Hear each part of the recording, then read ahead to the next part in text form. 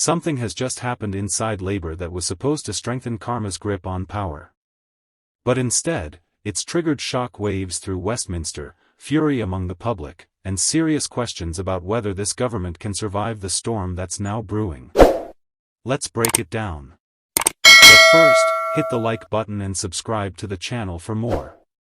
Keir Starmer's government has been thrown into absolute turmoil following Angela Rayner's dramatic departure and the chaotic cabinet reshuffle that followed.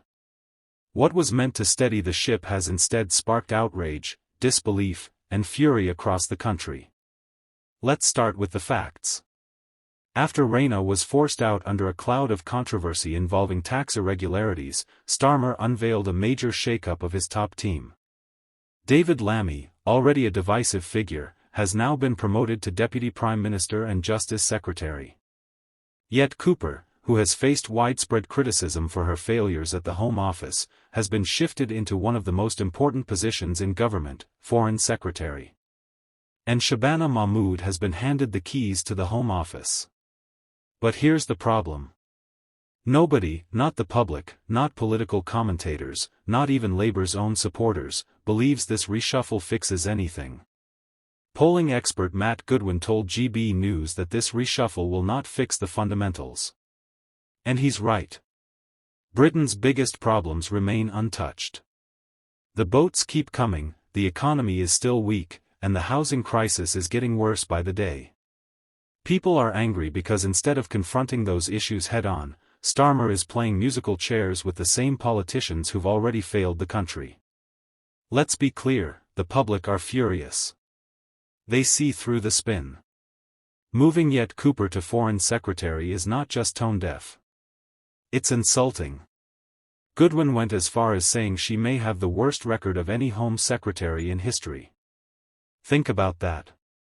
Hotel use went up, small boat numbers went up, the cost of the migrant crisis went up, and yet she's rewarded with a top diplomatic role. To ordinary people watching, that looks like failure being rewarded with promotion. Then there's Angela Rayner's exit.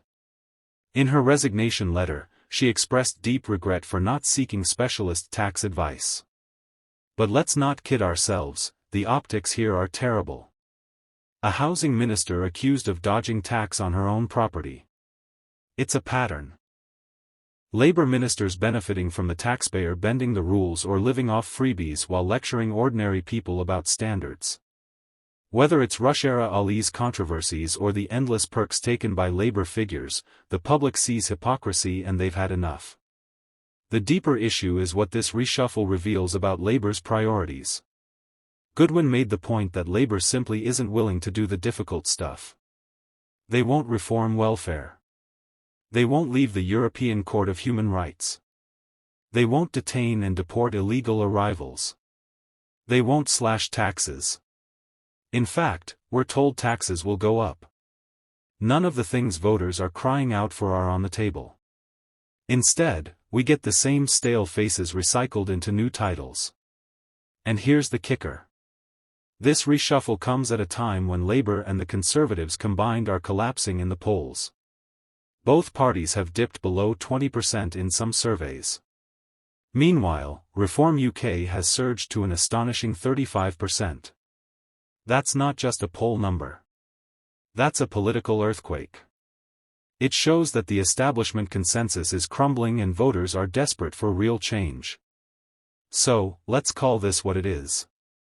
Starmer's rude awakening. He thought a reshuffle would buy him breathing space, but instead it's exposed just how little substance his government really has. The public are watching and they're furious. They see the boats, the housing crisis, the economic stagnation, the rising taxes, and they know that reshuffling the deck chairs won't stop this ship from sinking. The Labour Party wanted this to be a reset. Instead, it's a backfire.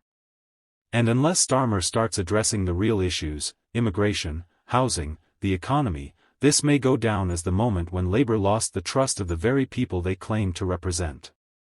In other news, elderly people are said to be facing a heartbreaking crisis with their mental health following months of uncertainty over support from Labour. Senior charity figures have announced that the government has not been addressing the urgent needs of older individuals. According to the Mental Health Foundation, MHF, around 1 in 5 people in later life experience depression. What is even more concerning is that more than half of these cases are newly arising, meaning individuals are experiencing depression for the first time in their older years, with charity figures warning symptoms may be harder to spot. It's less obvious because older people are generally less obvious. Director of Silver Voices, Dennis Reed, announced they're not going to work. They're not necessarily socially interacting with a lot of people apart from a few close friends and family members. So, it's not nearly so obvious. They're more likely to be in their own home showing these symptoms. And the numbers back it up. New research on depression by BR found 79% of people aged 55 years old and above who are suffering from depression say the condition makes them feel like nothing will get better. Last year, Chancellor Rachel Reeves confirmed the eligibility for energy bill support of up to £300 would be tied to certain benefits such as pension credit. After widespread backlash, all pensioner households with an annual income under £35,000 will be able to access the winter fuel allowance. Mr. Reed added that the impact of the Fiora last year shouldn't be underestimated. He added, a lot more older people were turned into poverty as a result of the winter fuel cuts last year. That money has not been the key. People are struggling with their bills. They've got into debt. They've had to take loans from family members or friends and so on in order to survive the winter, and that has obviously led to, particularly if people are already on the edge of mental health issues, that I'm sure that funds a lot of people further into the habits. Shadow Secretary of State for Work and Pensions Helen Whatley echoed Mr. Reid. Last winter, I spoke to many pensioners who are incredibly worried about how they could afford to heat their homes. The winter fuel payment cut created a huge amount of anxiety for older people as well as the hardship of coping in the cold. Families were worried too about how it would affect grands and granddads and whether they might end up in hospital. Entertainment figures have suggested that older people are often overlooked in society. Richard Osman, author of The Thursday Murder Club, told a press conference ahead of the film's premiere. In our society, as you get older, you do become slightly more invisible. You do become slightly more underestimated. Mr. Reed agreed, telling GB News, you're just left on your own. Particularly, for example, as is often the case, that you lost your partner or spouse, and you're on your own for the first time, maybe for 60 years. It's a very heartbreaking situation, and it's unsurprising in those circumstances. Depression is rife amongst people living on their own. Concerns about government policy has also raised alarm among elderly people, especially surrounding the NHS. A poll earlier this year found 74% of adults were very or fairly concerned about ambulance response times and 70% are worried about the availability of GP appointments. Around 77% are very or fairly concerned about the availability of beds in their A&E, with 78% anxious they may have to wait on a trolley in a corridor. Meanwhile, Tom Gentry, head of health and care policy at Age UK, has warned that the CO lockdowns could have had lasting effects on people's mental health.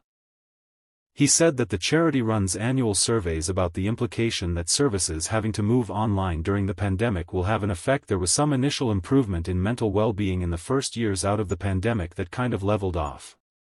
He said, now I think a lot of the implications are that it certainly hasn't returned to pre-pandemic levels when you think about kind of mental well-being and getting supported. The use of online resources accelerated during COVID and continues now. I think many older people still feel very isolated in those instances in response to loneliness among elderly people. The Liberal Democrats have called for further emphasis to be put on social care and the introduction of mental health checkups. Helen Morgan MP, the party's health spokeswoman, told GB News, "It is truly heartbreaking to see figures like this.